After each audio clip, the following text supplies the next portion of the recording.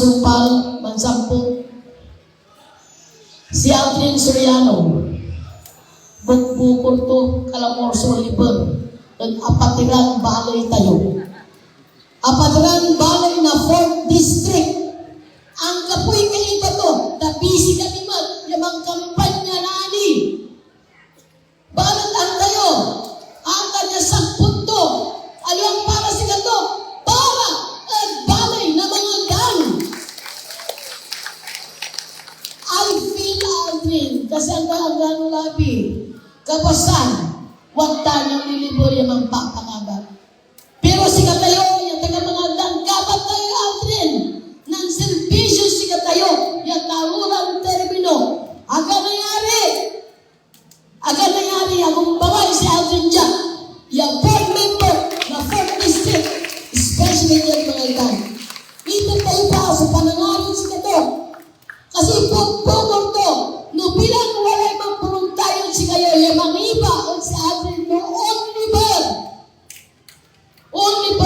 sa Pagbian, sa Nasinto, Manawag, iba kayo pa, tatangon, balibalitan, yapang-ibang, sa kaya to, yung mga sakripisyo. Aldrin has 2 young girls. Dako sa oras, yung kailangan niya pangarap to, o sa anak to. Pero again, as myself, yawan siya, yaman sisilibin mga dan, I can feel. So palang protekta ng Aldrin at anak to. Pero, he chooses to serve as the 4th District Board Member. Kanyang senior. At tayo yung ano.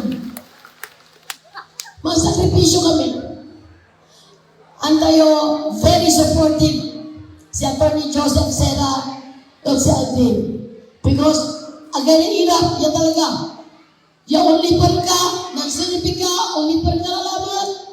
May kasi ka, nung sigahan, ilang nagdaditang, yung magsilpi naman. At I feel that, kasi siya, asalik lang. First term, second term, third term, atawag, pero pinapamilyoak, kanyang salamat siya, balbalon. Now, I will be on my second term again. Balat at tayo magdan sa importante servisyo publiko. At ang laban, so legacy, United Acme, servisyo publiko, panangaro, at balay tayo. Sana